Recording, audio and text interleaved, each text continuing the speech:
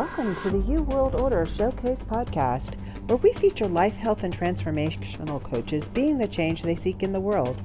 If you'd like to be featured on our podcast to share what you're contributing to making the world a better place for us all, please go to www.jointheuworldorder.com. Be sure to like and follow our podcast for the latest episodes. Hi, and welcome to the U World Order Showcase podcast. I'm your host, Jill Hart, and with us today is Mare Cromwell. Mare is the founder and executive director of the Great Mother Love Way. She is a humble servant to Mother Gaia and Mother's spiritual councils. As an internationally known Gaia mystic and high priestess, visionary healer, and award-winning author, she is committed to help birth the new earth. Some might call her a medicine woman. We just call her a welcome guest to our podcast. So welcome to the show, Mare. It's great to have you here. Thank you. It's actually Mare. Mare. Sorry to correct you there. You're good. I'm sorry. No worries. It's a hard name for people. All right. Mare Cromwell. Perfect. Wonderful to be here. Thank you. Awesome. So tell us all about how you got started in this adventure. Oh boy. You know, I look at what I'm doing as soul contract work. I know this is what I agreed to do before I was born. And but things really shifted for me in a very big way in late May of 2012. I was diagnosed with lymphoma. Mm-hmm. And I'd already been working as an apprentice, studying as an apprentice with a Cherokee teacher for 14 years. We had parted ways the year before. And a good friend of mine who's an Algonquin medicine man had asked me to do a ceremony with him because Gaia, he called her Gaia, had requested that the two of us do this ceremony together for her in early June 2012. So when he contacted me in early May, I was like, yes, of course, I will do this. I know my life, is about helping Mother Gaia, our planet, our sacred earth. Mm-hmm. And then I got this diagnosis and I was freaking out, but I knew I still needed to be part of this ceremony. And so I drove up, got in my little car and drove up to northern Pennsylvania and met him. And we did the ceremony in a forest. And the details of the ceremony are not that important, but he said to me just prior to us starting, he says, I'm going to be bringing Gaia's energy and consciousness into your energy body, but I don't know how you're going to disconnect. And I said to him in the moment, I'm not concerned because I know my life is to serve Mother. And right at the end of the ceremony, I heard Mother speaking to me so clearly in my mind. Mm-hmm. And I knew it was her because it could only be her. And she said, if you surrender to me to the extent I will ask you to surrender, I will help you heal from the cancer without the doctors. And that was my big kind of initiation and leap into this path of full surrender to serving Mother Gaia. And I've had so many adventures. Within 2 weeks after that, Mother called me to the beach, to the ocean, the Atlantic shore of Maryland. And it was actually the dolphins and the whales that came in on the spirit plane. And then I knew it was Mother. And on the way, I left like 5 days later. On the way, my car went an extra 110 miles on full. And I was kind of freaking out, thinking it's broken. And I was living off my savings, working on another book at that time. And when the gas gauge started to go down normally, I said to Mother, you must be doing this because, something's going on here that's beyond the normal world. And she just kind of chuckled a little and said, this is so you know that I'm taking care of you. And so I went to the coastline. I was actually in Virginia, Chincoteague and Assateague, stayed in a hotel. Mother had me up at sunrise for ceremony on the beach. She had me up in the middle of the night, downloading messages. But essentially, she said, I want you to put the other book aside that you're writing, and I want you to write this book. And she gave me the title, all the table of contents titles, and then the very first message. And that book is my first book with her called Messages from Mother Earth Mother. And it was written in 5 weeks. I came back to my house and I was renting in more Western Maryland, and it just poured through. That's incredibly fast to actually write a book from start Yes. to finish. It was so clear though. I mean, that's the thing is our connection was so clear. And there are 13 messages in the book. Mhm. And it's really, it was freaking me out what was happening. I'm like, how am I going to tell my friends and my family that I'm now channeling Gaia? This is crazy. So that book is framed within the context of a young woman named Sarah meets mother on the trail in a forest. And Gaia asked her to be a messenger and meet her once a week for another message delivered to the world. And it's all composed into this one book. It's not a very fat book. There's a lot of wisdom in it. Mhm. And then a year and a half, a year and a couple months after that, Mother asked me to do another book with her. And her way of really getting my attention is waking me up at 5 in the morning and saying, this is what needs to happen. And around that same time, she gave me the instructions to do the second book, which is called The Great Mother Bible, which I really balked at. I'm like, I can't do a book that has the word Bible in the title, especially The Great Mother Bible, because a Judeo-Christian book Bible is like the Great Father Bible. Like, who am I to put a book out called The Great Mother Bible? But she just kept on insisting every time I was like resisting, I can't do this, Mother, I can't do it. She said, you're the one, you're the one. All you need to do is listen. And the messages started coming through January 2nd, 2014. But a month and a half before that, I had a gallbladder attack and I had to get another CT scan and all my lymph nodes were back to normal. And I'd been avoiding my doctor. He's like, how did you do this? I said, a lot of ceremony, change my diet, a lot of emotional work, but it was really Mother at work.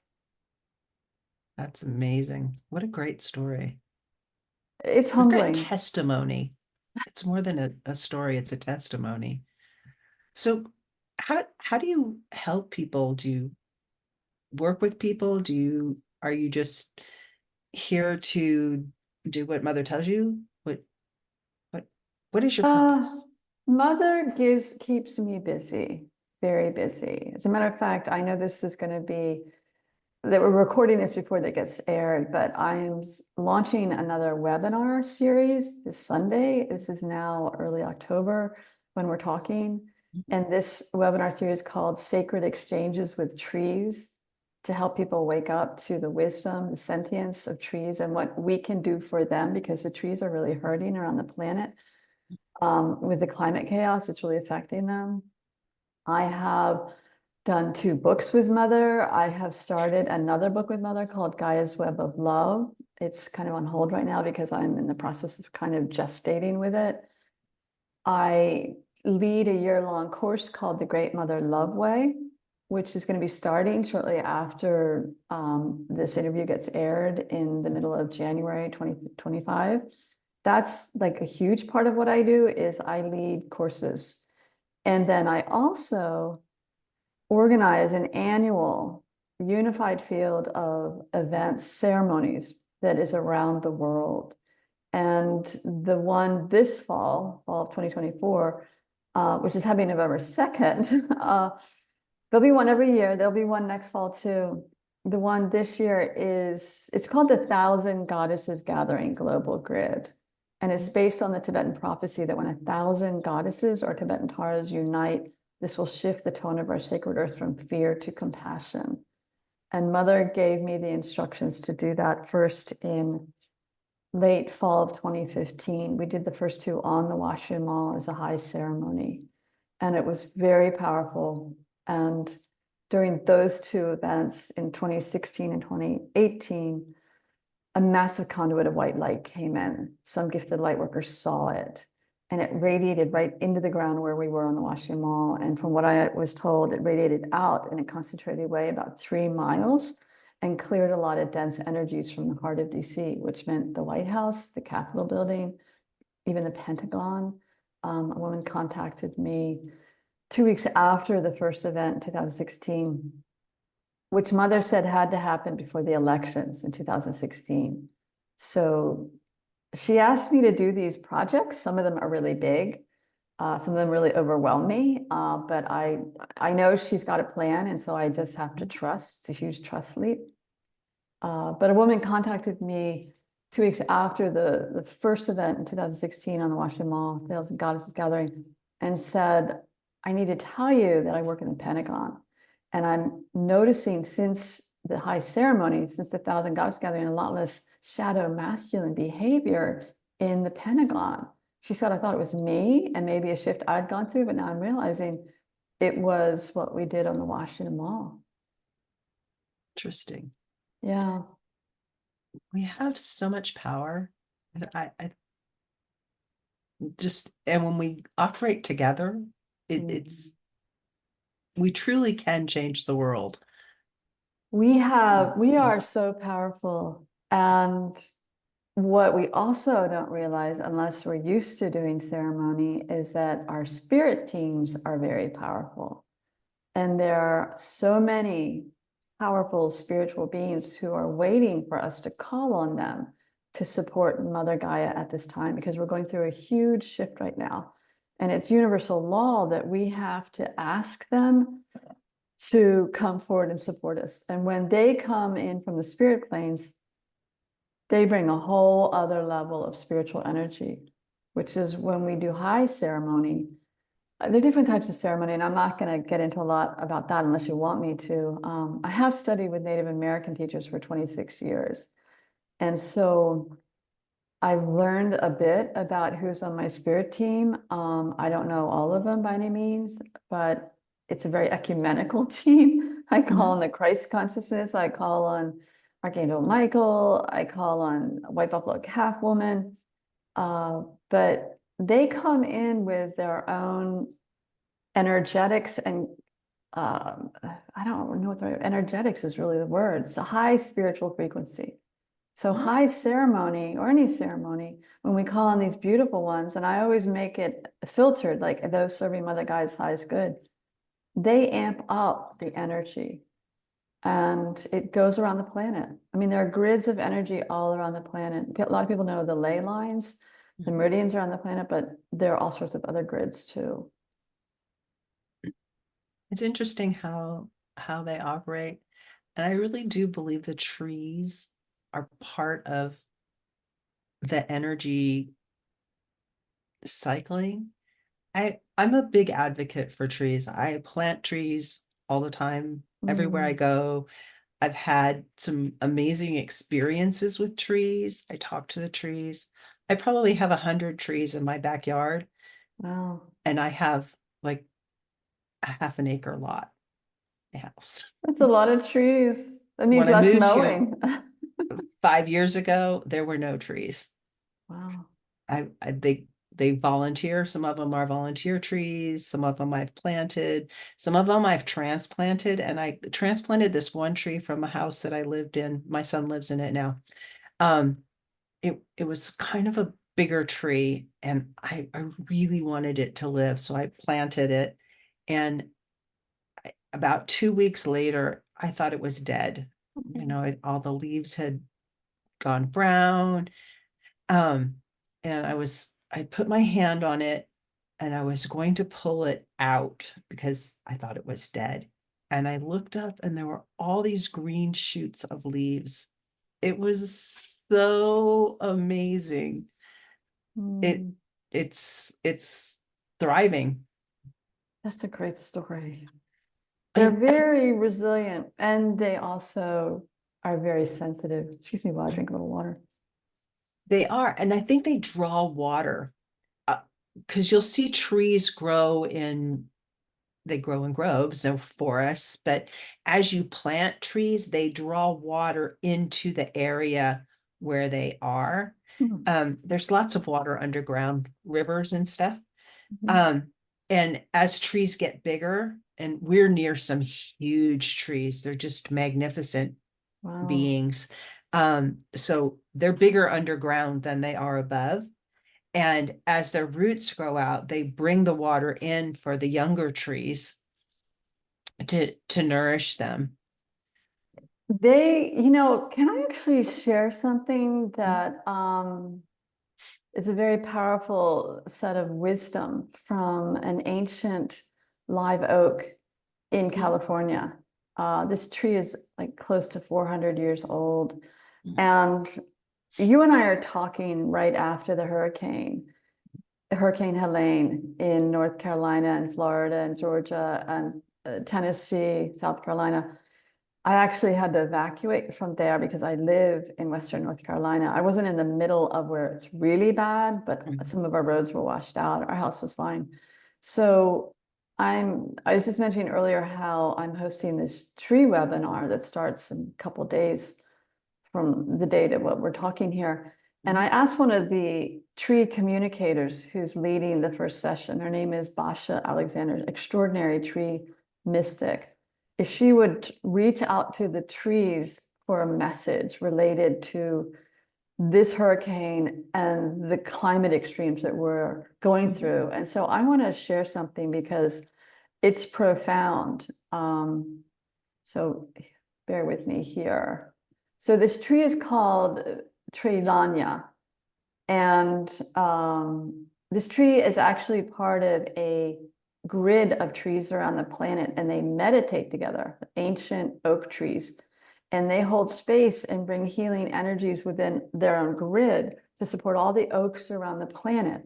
I mean, this is one of the things that really ancient trees do. They're all aware of each other, they work together. But in this message, and I'll try to like pull some pieces out. So this is Trilanya and other Eternals' message to humanity, Eternals being other spiritual beings, in the wake of climate disasters. And it starts out with that each member of humanity must awaken to their responsibility to the rest of the inhabitants on this sacred planet is obvious. This is a big part of my work, that waking people up, the fact that Mother Gaia exists. Anyway, I'll continue. The specific ways to be responsible are based on each person's skills and love of their fellow living beings. Our message there is simple and redundant. Follow your heart. And then the Trilanya and the Eternals go on. And we have another message. Many people seek predictions. We of the Oak clan can easily predict that without conscious awareness of surroundings and without awareness of dependence on the whole of life, well, the future doesn't look good for humanity. Climate disasters will continue unless we of nature are not attached to form. We of the plant kingdom do revel in the joy of having physical form on this rare planet, but we are not attached to form. You humans are attached to form, and ironically, your form is optional on this planet. In the scope of geological time, we of the other kingdoms of life will evolve, live on, and continue to emerge without the presence of your spirit in human form on this planet, should you choose to turn your backs on the current opportunity. And we of the Oak clan and plant kingdom will be the poorer for it. We will explain. Your opposable thumbs and your reliance on intellect has set you apart from the rest of us, but that does not make you, quote unquote, better than the other kingdoms of life here. The human spirit's existence on this planet has always been an experiment. We of the realms of eternal wisdom have watched the ebb and flow of your focus of attention over hundreds of thousands of years. At one end, humanity lives in a balanced, peaceful, and humble way. At the other end, humanity lives in extreme self-centeredness that assumes all knowingness, quote unquote. Do you want me to continue? Because there's some profound pieces here. Yeah. This is, okay. Whereas there are notable exceptions, for example, some of you who are open-minded enough to be reading this message, or perhaps hearing this message, the majority of humanity has been descending into the extreme self-centeredness of the scale for thousands of years. However, the opportunity now is that we of nature, and specifically we of the plant kingdom, can advance in our own consciousness if we and humanity will only collaborate as intelligent equals to cause, quote unquote, miracles on this planet. Yes, together we can, in a relatively short amount of time, when you consider the length of geological time, calm the climate for a human livable planet. I mean, this is big. The stellar opportunity available to all living beings is a rapid and high jump to a new context for living, as has never occurred before on Gaia. Instead of repeating the ebb and flow, this now could be a leap into new, unknown, even galactic territory. We of the Oak clan of the plant kingdom and of nature have always known we are one. We have operated as mutually supportive. No, that's not a good phrase. Operated without awareness of what you call individuality. We have some awareness of uniqueness, but paradoxically for you, we do not perceive individuality. Therefore, we cannot be mutually supportive because then we'd have to see ourselves as me and you. We do not. We are always we. Truly, we perceive uniqueness, but not differences. So humanity's context for living has been separation, with subcontexts such as killing works and scarcity and I want. But you do not have to live like quote unquote terrible 2-year-olds anymore, wanting your way. Do you want me to keep on going? Yeah, I Okay. find this fascinating. So where would humanity leap into if humanity were to create a transformed context for living, not just the same old context in new wrappers? We do not know. It is not our job to know. What we do know is that we of the nature kingdoms could leap into a higher consciousness ourselves if you of humanity could collaborate with us, could ask us about our needs, since we have many needs in this degraded physicality now, and ask for our input into your troubles. We are wise, but no longer strong physically. In the course of geologic time, we would prevail, but we may do so without humanity. We would prefer humanity as our partners to help us strengthen our bodies and our lives. We'll try a bad metaphor. You humans and we of the nature kingdoms are like the 2 hands and arms of one body. One hand cannot destroy the other without destroying itself. Neither hand gets much done by itself. Both hands can be guided by a single purpose. We of the nature kingdom suggest that a transformed, spiritual, and worthy shared purpose, a primary context or criteria for living above all else, could be the exaltation or advancement of life itself on this living planet. We are honored to have this opportunity to express ourselves through human language. We will continue. So that just came through this week on Tuesday, from Basha Alexander, who is, anyway, I could share more about her website and all that. You can Google her. She's married to Dr. Jim Conroy. They're extraordinary tree whisperers. And so this is what is in front of us right now as humanity, is coming back into sacred relationship with the trees, with the bushes, with the flowers, and with the nature spirits. I work with the nature spirits. A lot of people think the fairies and the elves are all fictional. No, they really exist in another multidimensional set of spaces next to us, around us. So we live in really exciting times, really intense times.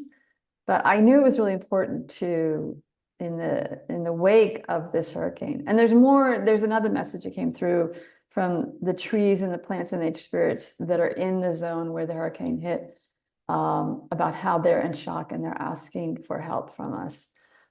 They know we need to help each other. We need to rescue each other. Everyone's needs need to be met who are human. But at the same time, when really extreme storms come in, it fractures the energetic webbing, the sacred webbing of the ecosystems. And they rely on hearing each other and hearing each other's songs and a fabric of energy to exist and to continue to be in healthy homeostasis. And we're invited to reach out to them, visualize the cords of energy between them being rewoven, sending them our love, and even humming to help the vibration rise and support their reconnecting their web in the midst of all their trauma. It's wild. There's so much going on in these realms that we're not aware of unless we really tune in. It is really fascinating how much connection there is between all of humanity with itself and all of humanity with nature as we perceive it around us. We are, in reality, everything is connected to everything else. And nothing exists and everything exists all at the same time. And from your understanding, people can actually work with the trees around where they are, which will help the trees in other locations. It's to me like an intentional work. It doesn't, you don't have to be together to hold an intention that affects people in other places And truth. Yeah. I and mean, trees. our thought forms, our emotional energies, they all Mhm. go out into the field. Mhm. And the And they can more, alter it. and they can alter it, they do alter it. Mhm. They do alter it. And this is challenging for us right now because a lot of people are despairing. You know, it's really hard to stay upbeat and positive about what's happening on the planet with the wars that are escalating and the disasters. And so I read one really profound bit of wisdom from another spiritual teacher that this is the time to be in the now and be in our hearts. I mean, the Native American elders have been teaching and putting out the message for years.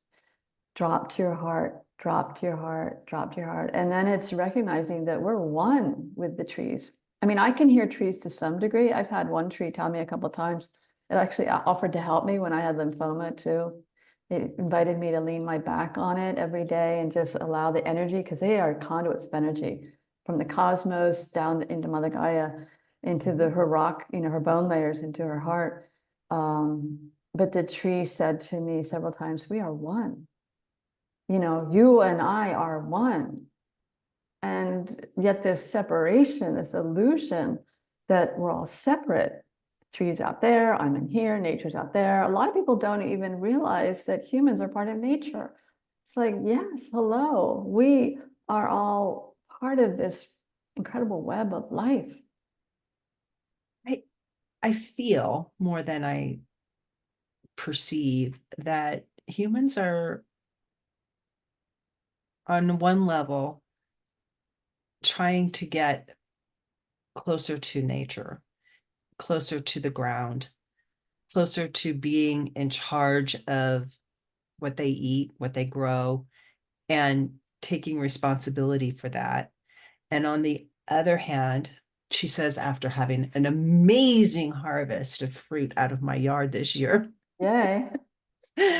and on the other hand, there's a group of people that are just like so oblivious. They complain about the prices in the grocery store when they don't really realize that, you could just turn your back on the grocery stores and grow your own food. That's how we were actually designed to live, was with in harmony with nature rather than all of us like consuming stuff and creating trash. And it's like we're we're existing in a space and time that is so interesting, I guess is a way to put it, but not really beneficial to the humans that are consuming it or the planet as a whole. Yes. This is where I'm so grateful and blessed for all the time I've spent with Native American teachers and a lot of readings I've done, is they made their decisions based on the next 7 generations. Can you imagine if the engineers sat at a table and weighed whether to knock a hole in that mountain for a tunnel or build that dam or put in another nuclear plant? If they sat around the table and they go, well, what's for the benefit, the highest good for the next 7 generations? And it wasn't just 7 generations of humans and their children. It was this next 7 generations of all beings, because they never had that mind frame of the separateness, the sacred hoop. It's all connected. I mean, I love the stories, and I try to do this in my own life. Is you wake up in the morning, you bless the water, you bless your food, you bless the firewood if you have a wood stove or a fireplace.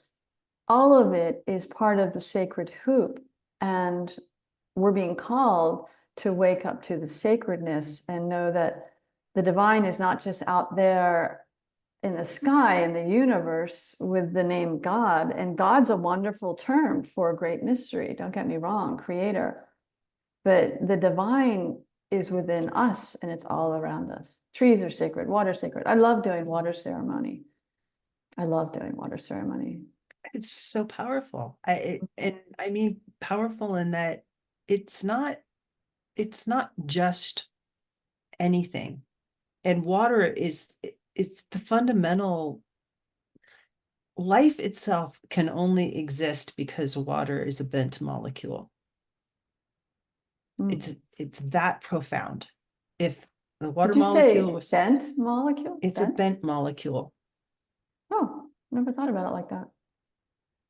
It forms crystals when it freezes. If it didn't form crystals, it wouldn't be light. It wouldn't rise to the surface as ice. It would sink to the bottom and everything would die. Hmm. Did you know there's a fourth phase of water? Well, we studied in school, when we were in science school, like whatever grade that was, like, Mhm, liquid, gas, solid as ice. There's actually a mhm. fourth phase of water. And Plasma. yeah, it's a plasma. And it explains how it is that there are insects that can run across the surface of the water because that they're right at the surface of the water, it's a different molecule. And our cells have this fourth phase plasma within it. It's fascinating. And water has intelligence. I mean, Masaru Emoto's work, there's a woman in New Zealand who's taking Masaru Emoto's work even further, Veda Austin, where she's Yep. getting messages back from the water. She she's the one that does the photographs Yeah. and there's images because water has a memory Hmm. and it's like so fascinating. Water just if you just study water, Yeah, yeah. water is part of everything. But to Everything. me, yeah, to me, what she is starting to touch into, but she's not using these words, is water is an element, and there are elementals who are spiritual beings within the nature spirit realms who Mhm, are like the king and queen of water.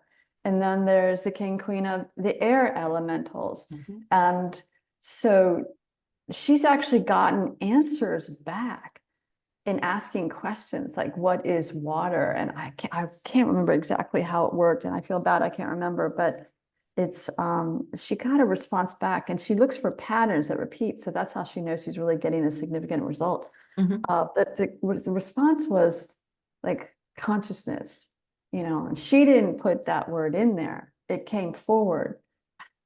I apologize. I can't remember the exact details, but she's kind of making that bridge without using the terms of touching into the spiritual realms and the consciousness of water. It's phenomenal. And we need it. We all need to be listening to this and Yeah. waking up to it because we're surrounded by all this intelligence, not just humans.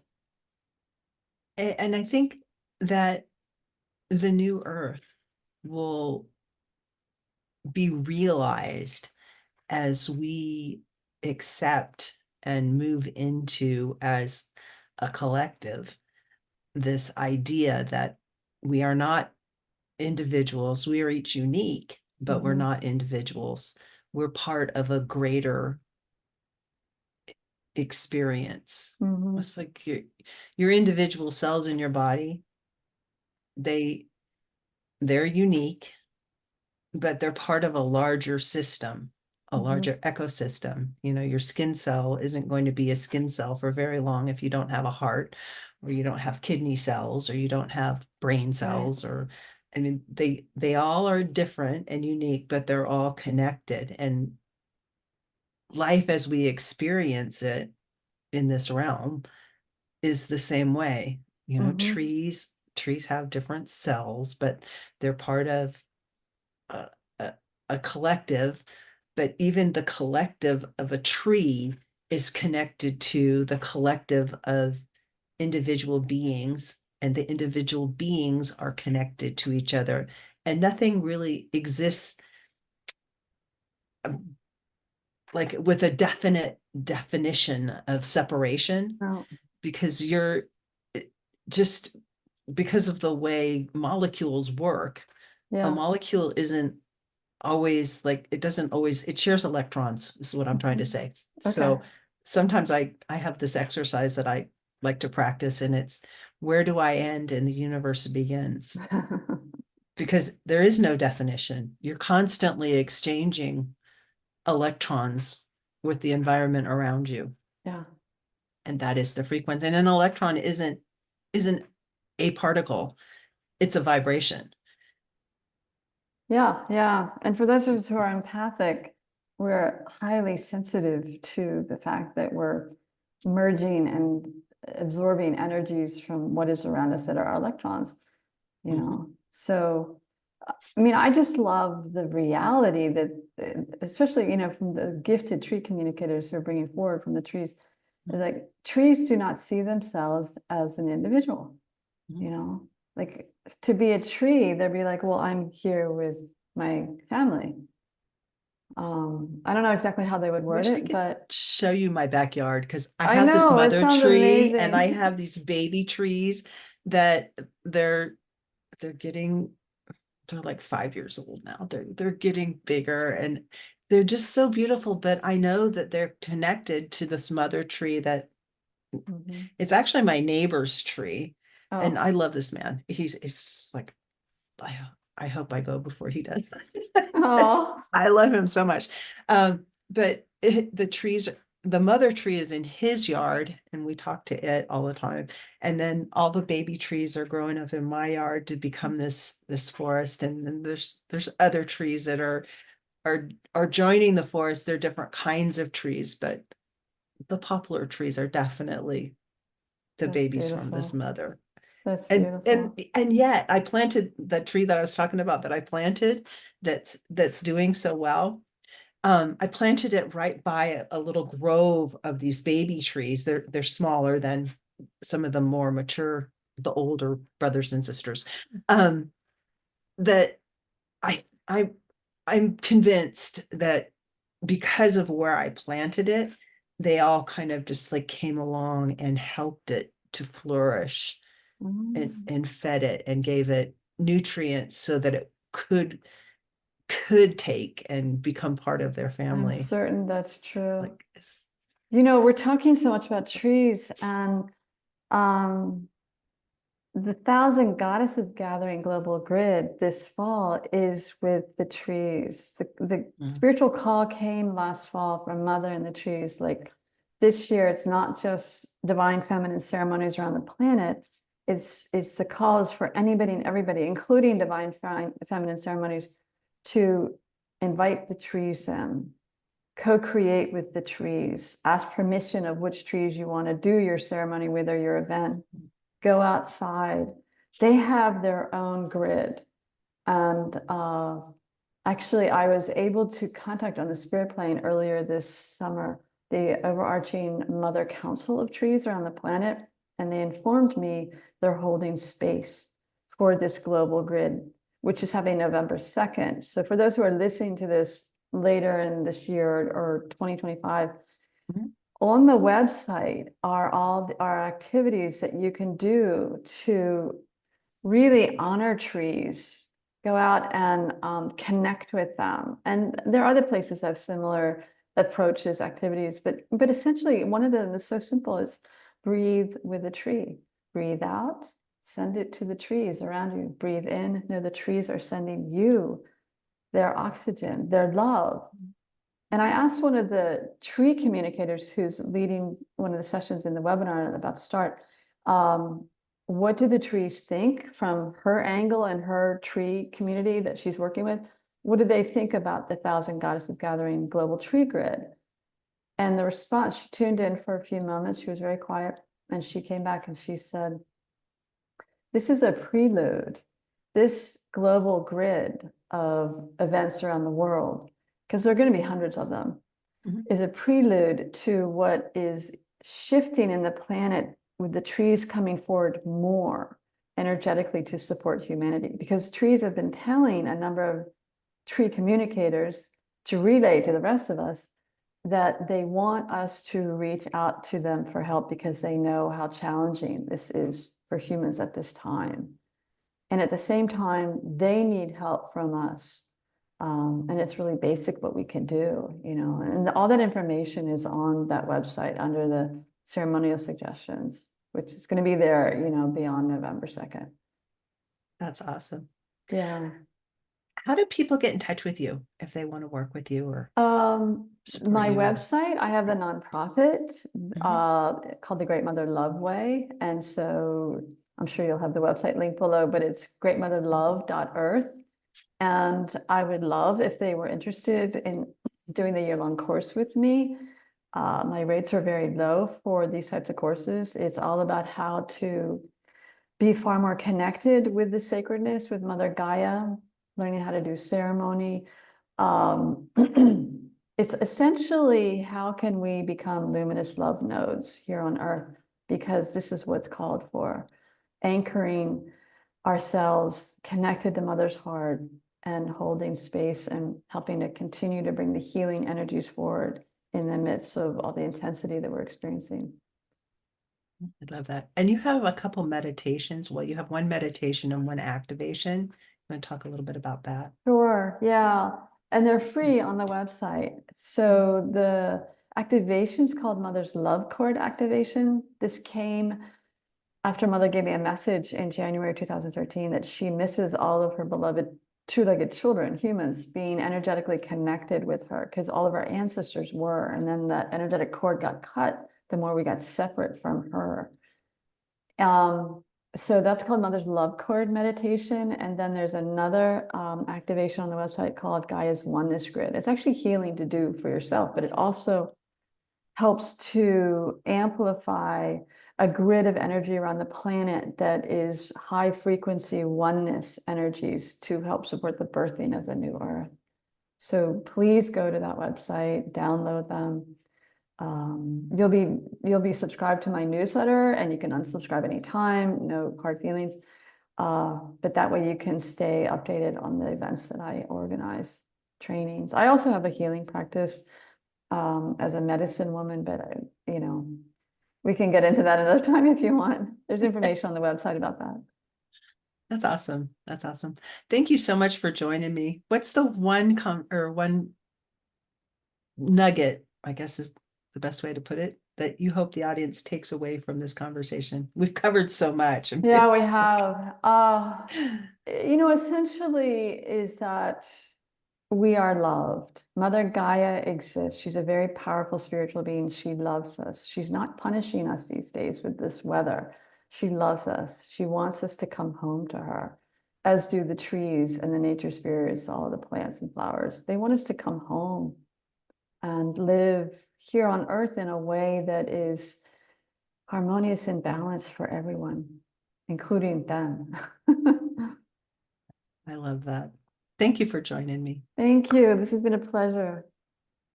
Thank you for joining us for the U World Order Showcase podcast.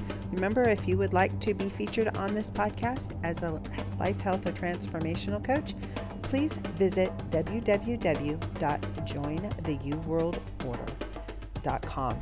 We look forward to talking to you next time as we present another life, health, or transformational coach being the change they seek in the world.